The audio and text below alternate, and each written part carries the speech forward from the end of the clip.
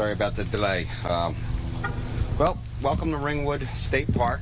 Obviously everyone's here because we have a pretty large wildfire going here on the border of New York and New Jersey. Currently the fire is 2,500 acres. We have 0% containment. Chris will get into the operations and steps that we're taking to get this fire contained.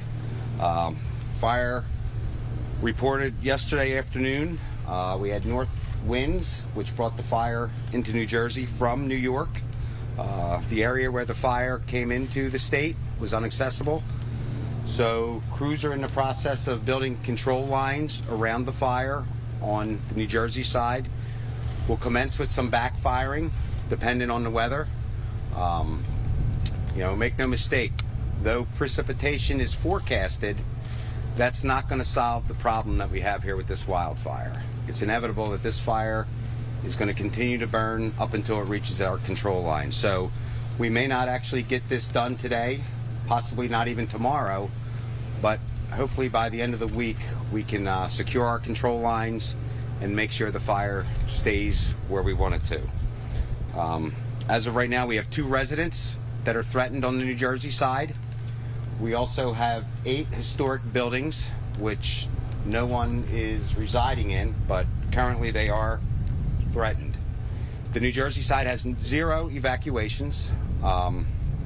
So all in all, fire total, we have 75 wildland firefighters engaging the fire as we speak, along with over 200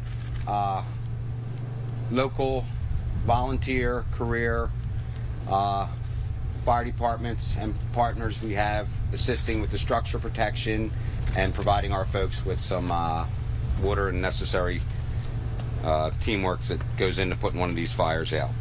New Jersey side has various roads closed. Exactly what they are, I'm not exactly sure. But as of right now, to update you on the other 2 fires that are going here in New Jersey, we also have the Pompton Lake Fire, which is 175 acres. That fire is 75% contained. And just to give you guys an idea how busy we've been here on the New Jersey side, since October 1st, the New Jersey Forest Fire Service has responded to 537 wildfires here in the state for a total of 4,500 acres consumed by fire. At that point there, I'm going to turn it over to Jeremy, talk a little bit about what's going on the New York side. Can you state your name and title again, please? Yep, Jeremy Oldroyd, Oldroyd, forest ranger with the New York State Department of Environmental Conservation. I've been running operations on the New York side. We currently have a unified command with New Jersey. We want to make sure that we're working together to contain this wildfire. We don't want to have anybody, we don't want to miss anything out there, so we're going to make sure we have a unified command to make sure we get a good handle on this fire and put it out as quickly as we can. That may take some time due to the unprecedented drought conditions that we're currently in. Just some back information, since October 1st, New York has had 60 wildfires with just over 2,100 acres consumed. So both, I know New York and New Jersey have been busy with wildfire response for the past month and a half dealing with these.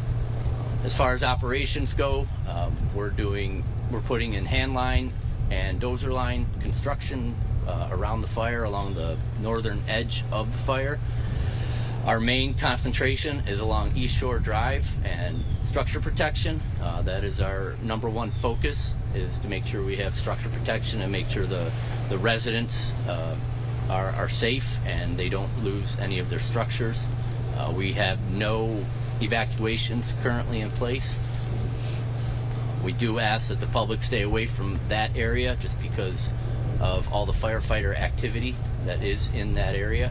We don't need additional road traffic to hinder any firefighter response to that area.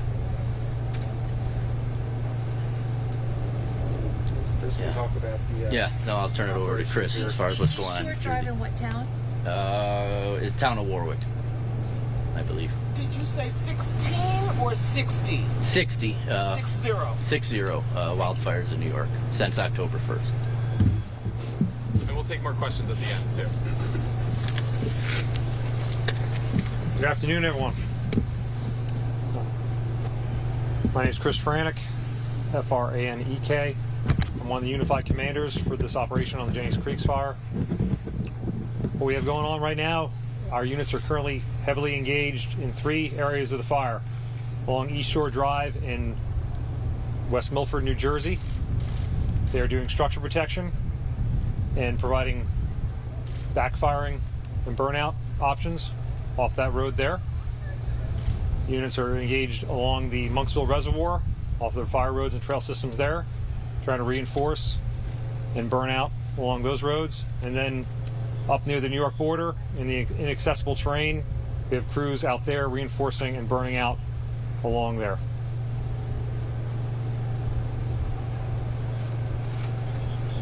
All right, we'll turn it over to questions. Let's keep it orderly. If we could start from left to right, that would be great.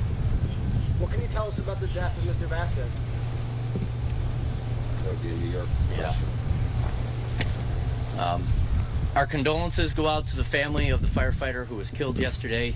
That is being under investigation by the New York State Police, and when they're ready to release a statement, we'll let them do so. Can you say anything about him? I don't personally know him. Can you tell us how it happened? Under investigation. Under investigation at this point. And the GoFundMe the family posted, can we get confirmation this is his photo? I don't know the firefighter. I don't know anything about the GoFundMe page. Could you speak to the role of firefighter and forest ranger safety fighting these displays? Wildland firefighting is a very dangerous profession, and we try to take as many precautions as we can to mitigate some of the hazards that are out there in the wildland fire environment, but occasionally accidents do happen. Unfortunately, one of our firefighters did pass away yesterday, assisting with fire line construction. When you gave out numbers for how many wildfires you've fought since October 1st in New Jersey, 537, and in New York, 60, can you give us a sense of perspective? Is that 10 times as normally? Can you give us a sense of how much these? Well, I can speak on New Jersey's behalf. New Jersey, for that same time period last year, after coming off a very dry, busy spring, that's roughly 500 more fires than we had this same period last year. What's the biggest challenge for your firefighters right now? Did you want to answer that for New York? Yeah, I can just... We haven't had a fall fire season like this in New York since 2002. Something to this magnitude as far as the dry drought conditions that we're currently experiencing. Thank you. I know there's no reports about the cause of the fire still yet. Anything on that?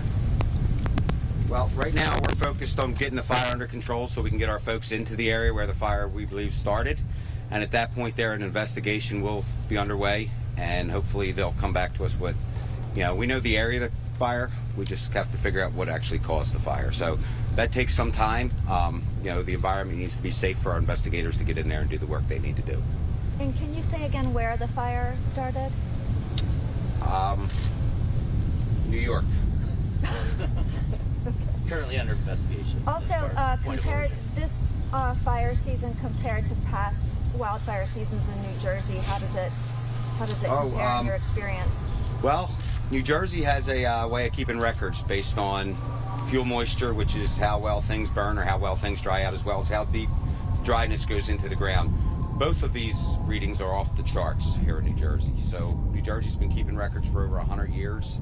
So New Jersey hasn't seen anything this dry since we began keeping records, which is one of the obstacles we're facing. Not only is the fire burning on top of the ground, but it's burning under the ground. So it's very labor intense to put these fires out. It takes a lot of time and energy. And you can see by those numbers, we've been running our folks ragged. So hopefully it's a little bit of precip give them a break for a day or so, but it's by far going to solve any of the problems we got going on either in New Jersey nor New York. It's going to take just a nice pace of rain over an extended period of time before we can successfully say that we've got these fires where we need them to be. We have fires in New Jersey that have been burning since July 5th, if that's any indication of how dry it is and what we're dealing with. Since July 5th. Correct. We have a fire that's been burning since July 5th, still burning today. Which one is that? That is the... Tea Time Hill. It's a Tea Time Hill fire down in Burlington County. The acreage on this fire has been so much bigger than the other ones we've reported on in New Jersey. Could you just explain what makes this one different than some of the others? Well, a lot of it has to do with where it is. You know, it's remote.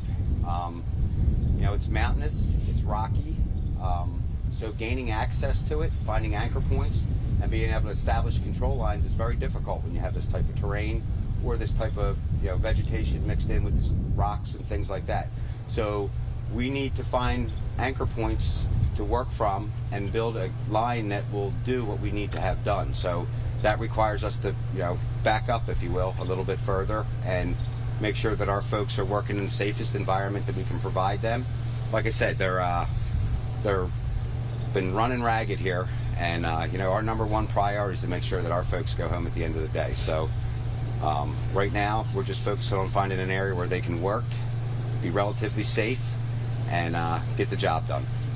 I know you said 0 evacuations so far. Do you anticipate any in New York and New Jersey later this week? And also, what is your message to people at home who may be concerned about what they're hearing today? Well, if people need to hear anything, make sure you're hearing it from a reputable source. Right now, I don't anticipate any New Jersey residents having to be evacuated. I don't believe New York has anything anticipated. You know, if the fire cooperates and things go as planned, I don't see that being a problem for anyone. There's certainly going to be smoke in the area.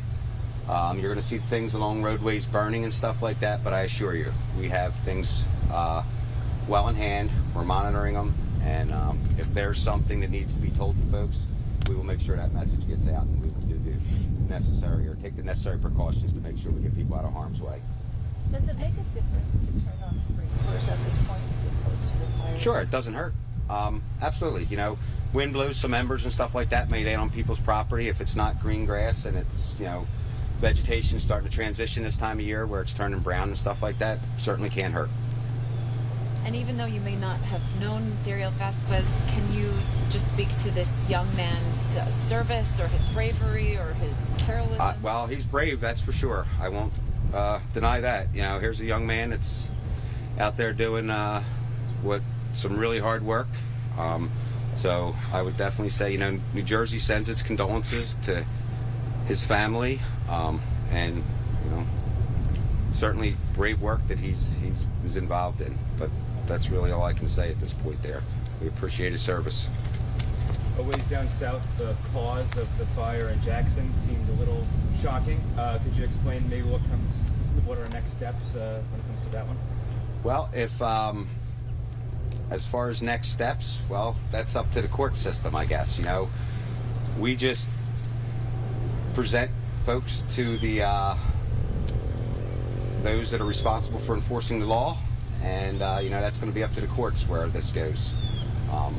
So that's, you know, at that point, there's nothing we really have to say or do with that.